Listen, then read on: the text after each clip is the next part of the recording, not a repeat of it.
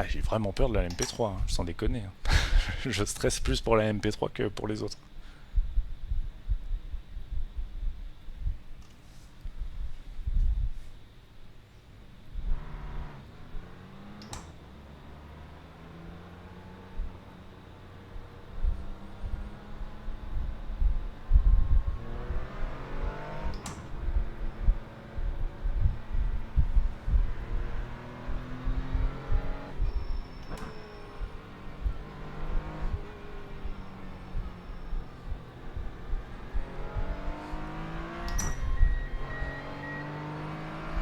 Bon, bah derrière, ça m'a même pas suivi.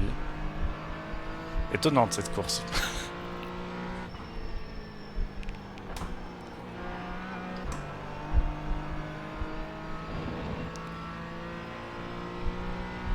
Je pense que je vais avoir le temps de parler du coup.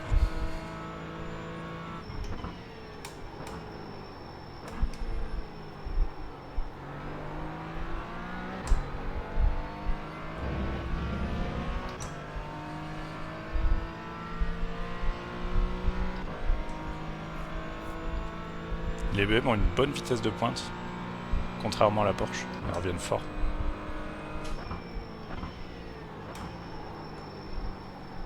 Tout à l'heure, j'étais derrière Alberto Senao, je pouvais même pas le reprendre en ligne droite. Et là, ils me mettent 2-3 dixièmes.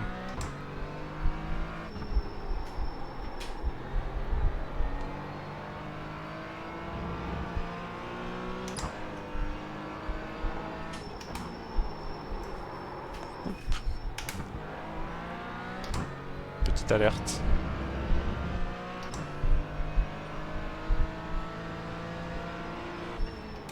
Je vais le laisser passer.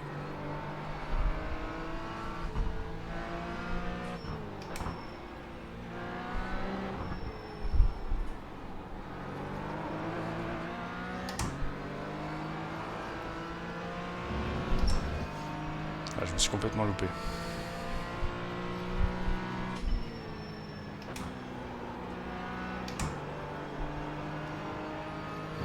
C'est bien, ça va faire de l'action.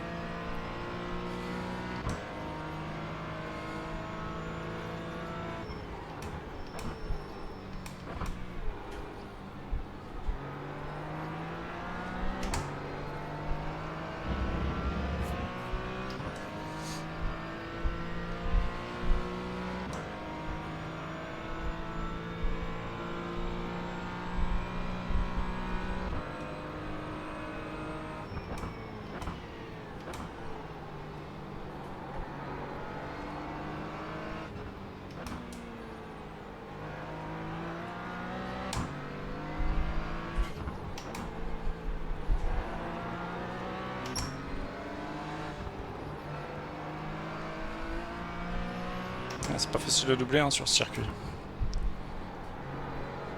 Même quand on est plus rapide.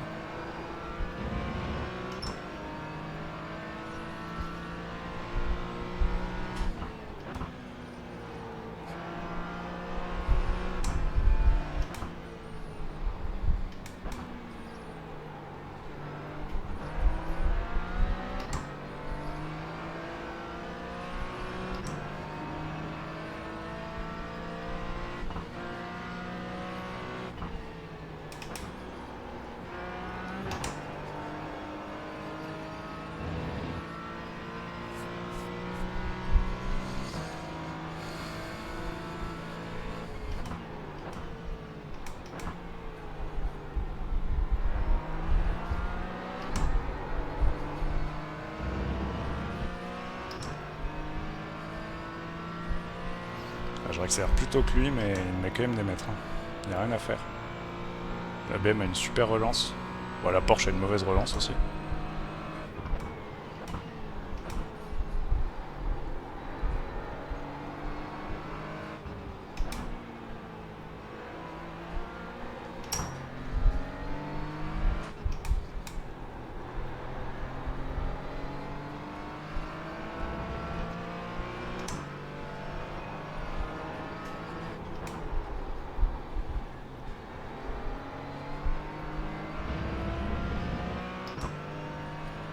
Ouais, une 27, ouais.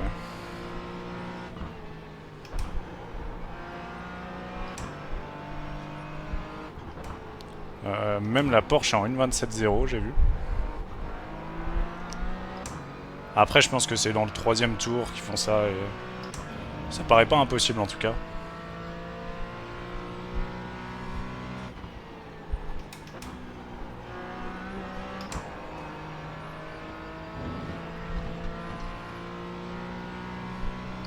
Après, j'ai vraiment juste essayé la Porsche. C'est ma première course, donc... Enfin, ma première course en open. Je sais pas vraiment si les autres sont mieux ou pas. Mais bon, au chrono VRS, en tout cas, la Porsche avait l'air d'être la mieux.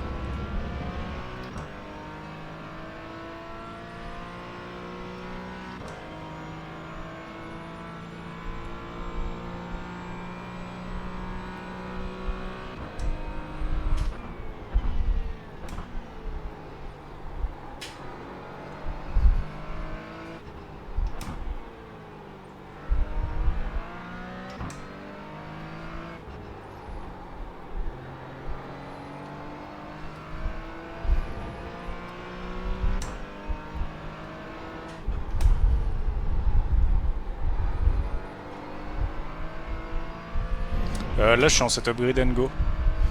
Mais la GT4, tu peux pas vraiment... Enfin, tu peux pas régler grand-chose, donc je pense que le setup VRS et Grid & Go sont assez similaires. Et même le setup fixed est très bon en GT4. Tu gagneras quasiment rien. D'ailleurs, je crois que le setup fixed a juste à 5 de wing, alors que les setups Grid & Go, etc. ont 4. Donc si tu changes juste le wing et que tu remets un peu la voiture comme il faut, logiquement tu rouleras déjà bien. Tout à l'heure j'étais en .6 aussi en fixe, donc il y a vraiment très peu de différence.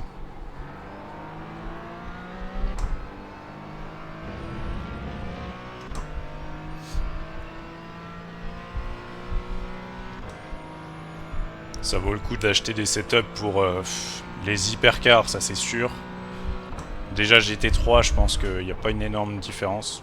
En tout cas quand je prends des fixed, etc., je suis aussi rapide quasiment que les setups normaux. Enfin que les setups payants. Et ouais, GT4 Porsche Cup, je pense que ça vaut pas du tout le coup.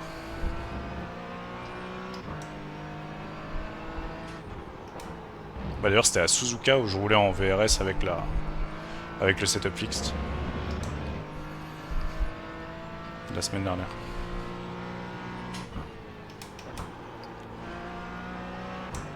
Ouais, bah les setups e-racing sont vraiment bien faits en fait, et en plus ils sont safe. Donc vu qu'ils sont safe, si tu t'y connais un petit peu en setup, tu peux les rendre un peu plus agressifs, et c'est là en fait où tu vas gagner du temps. Si tu assouplis les amortisseurs, etc., en fait tu vas avoir une voiture plus dangereuse mais qui roule plus vite. Enfin, si tu assouplis les ressorts plutôt.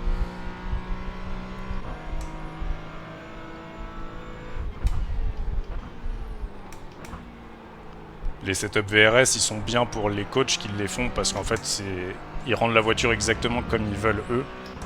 Mais après, ça correspond pas à tout le monde.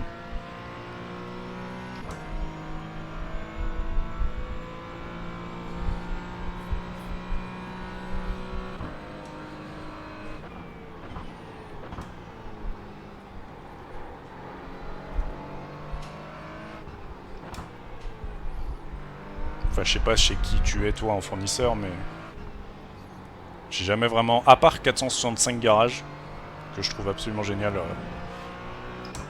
en endurance notamment, où tu peux vraiment avoir une voiture parfaite, ultra safe, mais en même temps très rapide. Bah, j'ai jamais vraiment trouvé de setup qui se démarquait chez les fournisseurs les plus connus, quoi.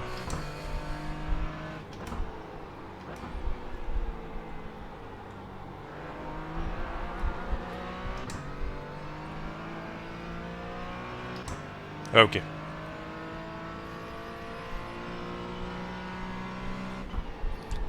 Non, par contre, ce qui est super bien chez les fournisseurs de setup, c'est surtout les vidéos et la télémétrie. Si t'as envie de t'améliorer, ça c'est ça qui vaut des sous en fait. Parce que le setup en lui-même change pas grand chose, mais la télémétrie et les on-board des coachs, ça pour le coup, ça peut vraiment payer parce que tu vois exactement ce qu'ils font.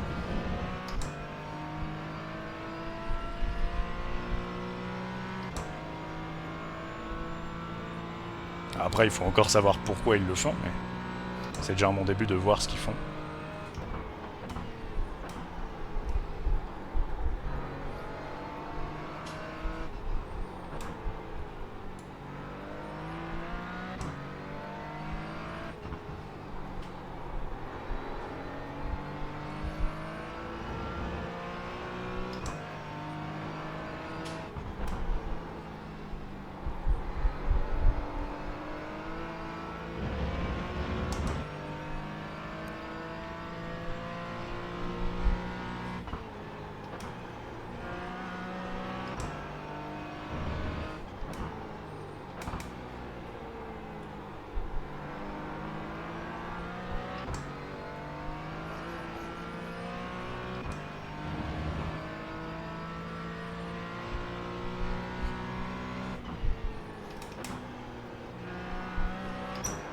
J'ai freiné tôt là.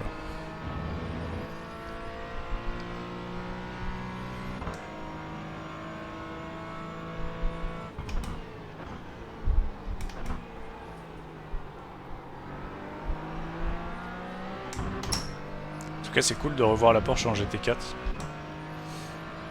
Ça faisait longtemps qu'elle était pas devant. Enfin, la dernière fois que je le voyais, c'était l'année dernière, mais... L'année dernière, en tout cas, elle était pas du tout devant. C'était surtout Mercedes et BM. Il y a eu une grosse époque Mercedes d'ailleurs, mais... C'est vraiment bien de la voir là.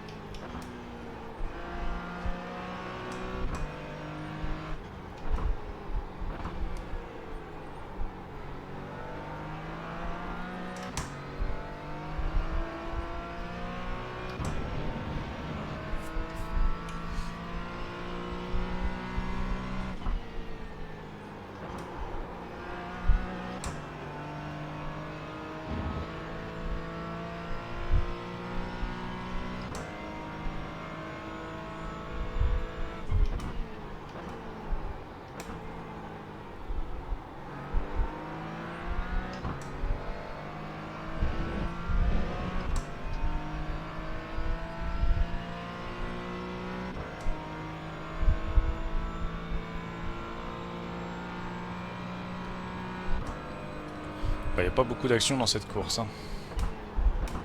Il y en a eu un petit peu au départ parce que je me suis loupé.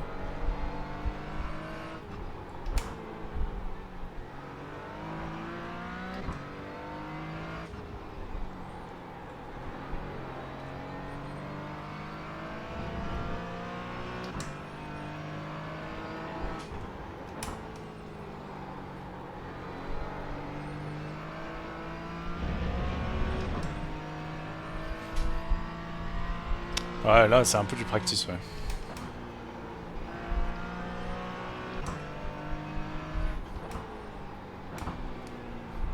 Bah, le circuit est assez difficile. Je pense que les gens ont pas encore assez d'entraînement le mercredi pour bien rouler dessus. Et ouais. Et il y a juste pas beaucoup de gros niveaux non plus. Tout à l'heure, avec Alberto, on n'était que 2 devant. Enfin, 3 avec quelqu'un qui nous suivait derrière, mais il était à 1 seconde et quelques. Mais là, il y a vraiment personne. Je retenterai ce soir, peut-être vers 18h. 17h, je pense que c'est les heures où il y aura le plus de monde.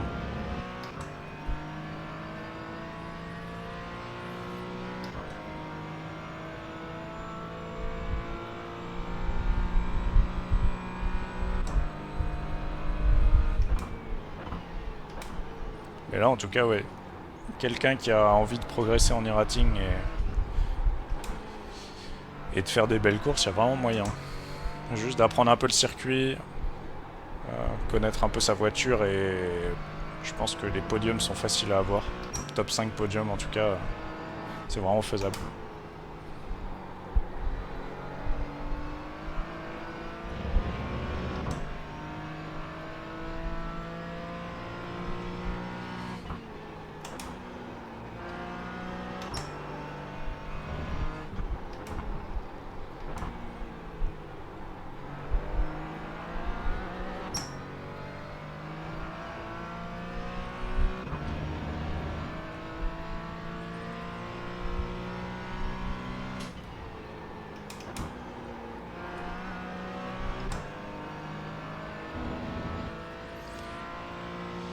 Ouais, c'est sûr. Bah, c'est vrai que là, il n'y a pas de LMP3,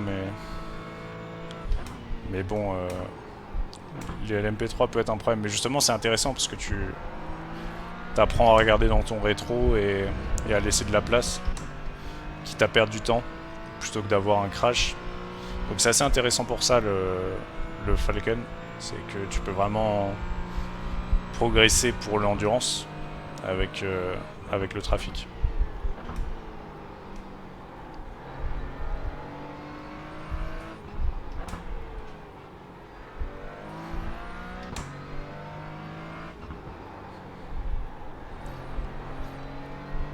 Quand j'ai une voiture plus vite derrière qui arrive, en général, je fais comme si j'étais le seul qui était intelligent. Donc j'ai toujours tendance à laisser un peu passer si je vois qu'il veut y aller, parce que en général tu perds plus de temps à vouloir bloquer et essayer de te faire respecter que de laisser passer directement et perdre un peu de temps. Et le gros risque, c'est surtout qu'il s'énerve ou qu'il se loupe, donc ouais, faut mieux laisser passer. Bon, après, faut pas non plus relâcher 20 mètres avant le virage,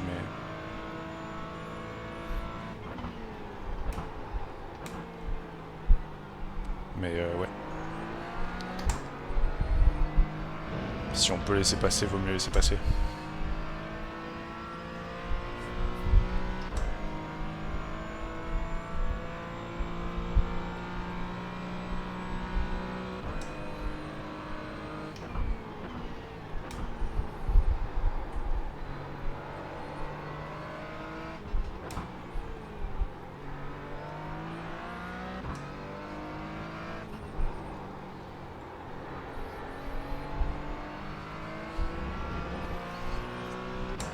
Et dès que je vais voir que le MP3 là, il est à 1 seconde derrière moi, je vais vraiment m'écarter de la trajectoire.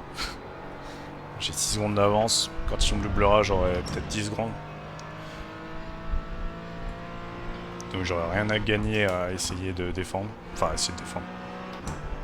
J'aurai rien à gagner à essayer de perdre le moins de temps possible, quoi.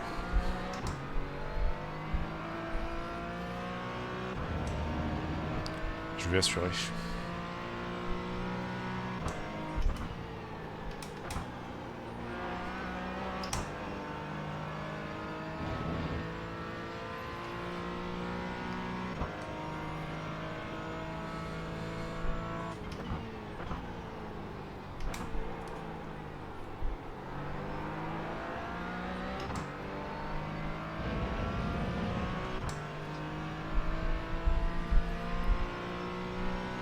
Et s'il pouvait me doubler dans cette ligne droite, ça m'irait pas mal aussi. Parce que si je l'ai dans les S, ça risque d'être chaud.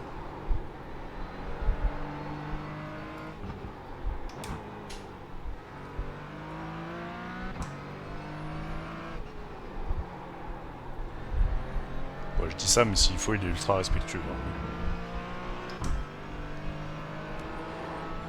Vaut mieux prévenir que guérir.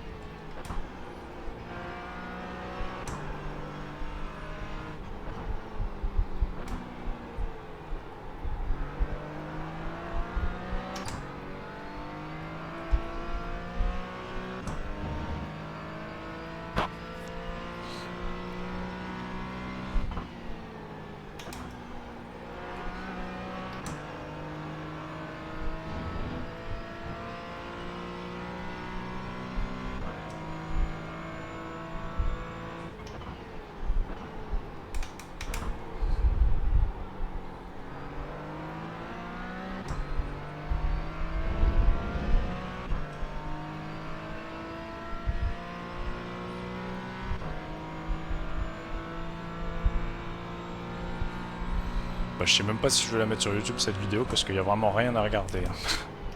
Je pourrais mettre une session de practice à la place, ça changerait rien. Je pense qu'il y a même plus d'action parfois en practice que dans cette course.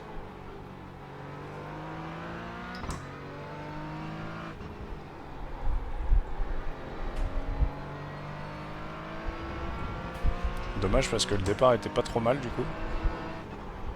Mais après ça, il n'y a plus rien.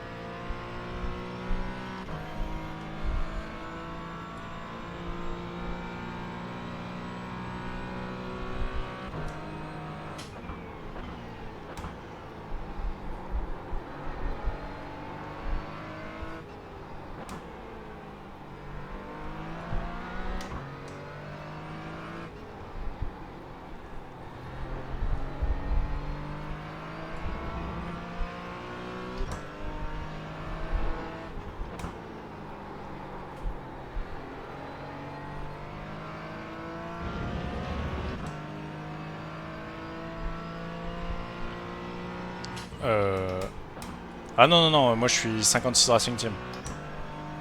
C'est juste que j'ai pas de livret pour cette voiture.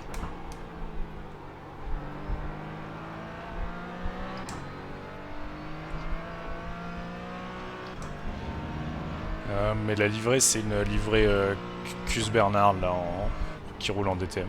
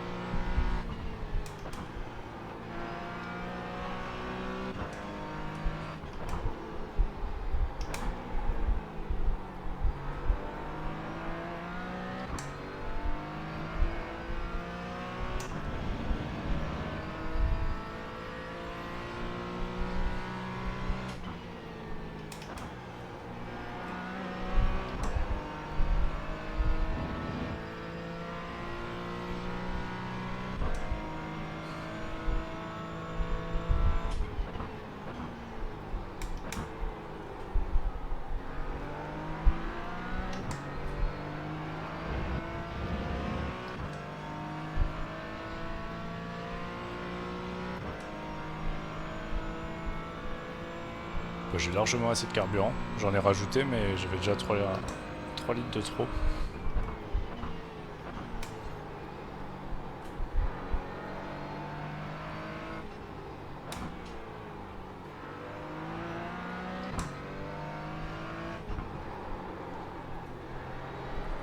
C'est vraiment le truc qui me stresse tout le temps avant une course comme ça, où t'as pas de ravitaillement, c'est le carburant que les coachs mettent. Parfois, il y en a pas assez. Je me suis déjà retrouvé en panne dans le dernier tour à cause de ça.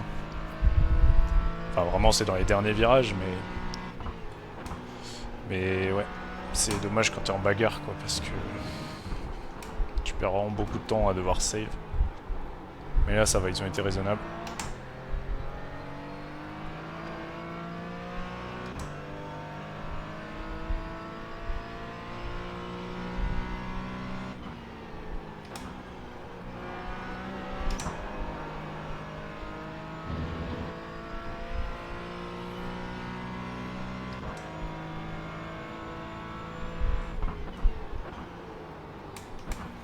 Merci beaucoup pour le follow, Robert.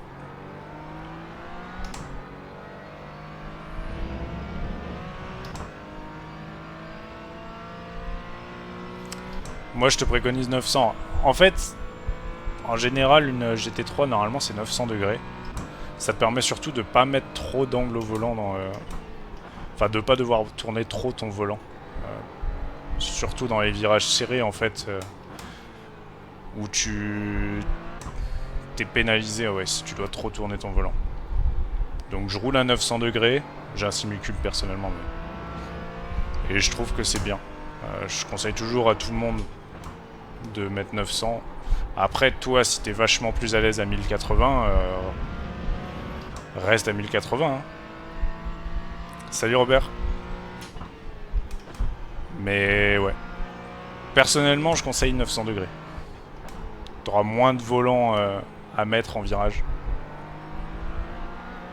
Et normalement, une fois que tu seras habitué, tu seras beaucoup plus rapide à 900 degrés qu'à 1080. Enfin, je pense que 70 voire 80% des gens sur iRacing sont à 900.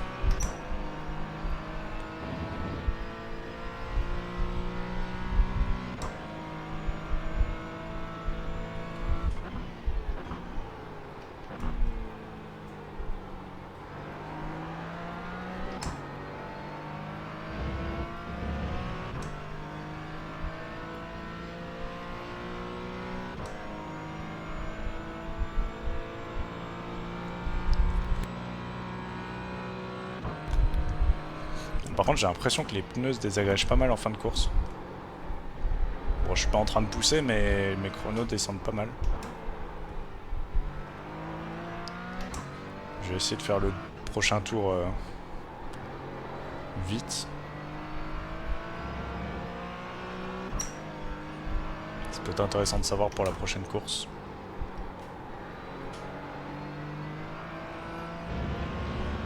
Mais à chaque sortie, ouais, j'ai l'impression que je perds du temps. Je pense que j'ai moins de motricité.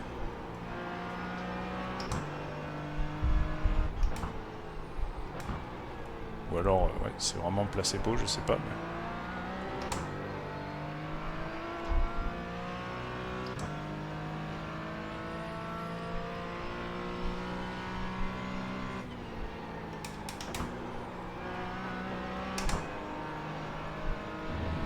Avec plaisir. Par contre, quand tu vas mettre 900, il faut que tu mettes 900 dans ton logiciel Fanatec et sur iRacing. Sinon, il va y avoir un bug. Enfin, sinon, ton volant va pas tourner comme ce que tu vois, quoi. Ah, parfait.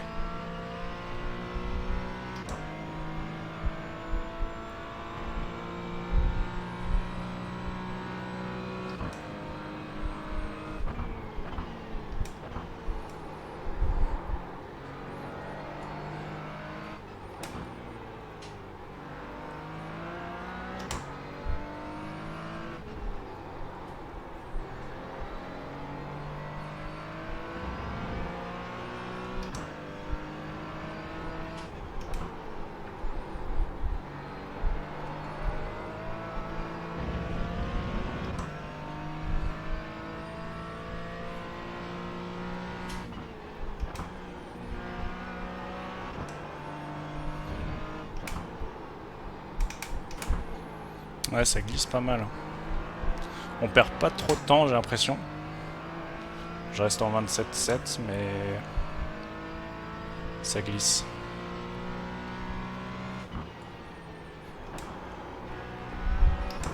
Il y a moyen d'optimiser le tour aussi. Hein.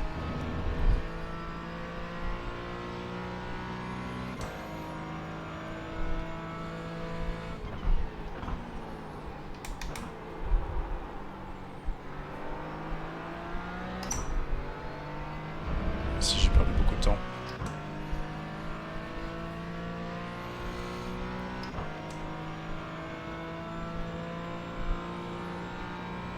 Ouais, bah après, l'avantage, c'est quand j'étais 4, t'as pas besoin de rentrer au stand, mais... c'est vrai que ça zigzague pas mal dans les stands.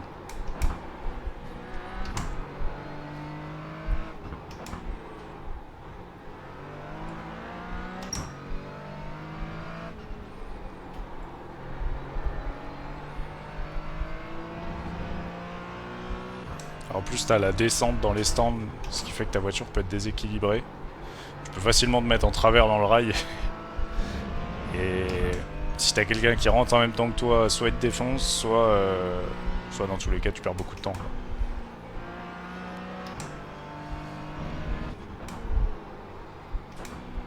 Ça va être le dernier tour.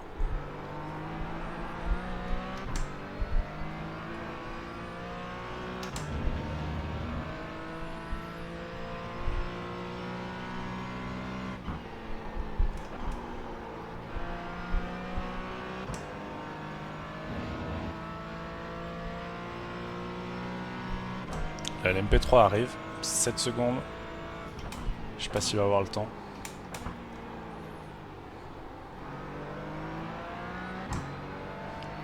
Ouais. Je fais toujours au moins une rentrée des stands, même dans les catégories comme ça. Au cas où j'ai des dégâts, ça me permet de rentrer vite. Bon, après, dans tous les cas, ta course est finie parce que de rentrer au stand, tu finis dernier, mais c'est sûr que ouais, je practice toujours un petit peu au cas où. Et en GT3, en général, à chaque fois que je m'arrête, j'essaye de rentrer par les stands plutôt que de faire le reset. Oh, derrière, ça a du crash. Ah bah non, ils ont déjà fini leur course.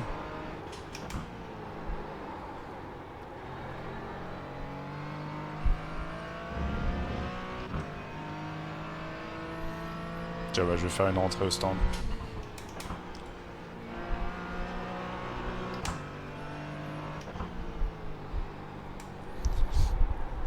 Stand ici, tu peux vraiment venir à la limite de l'herbe ici, tu passes la 2. Et tu descends à 72.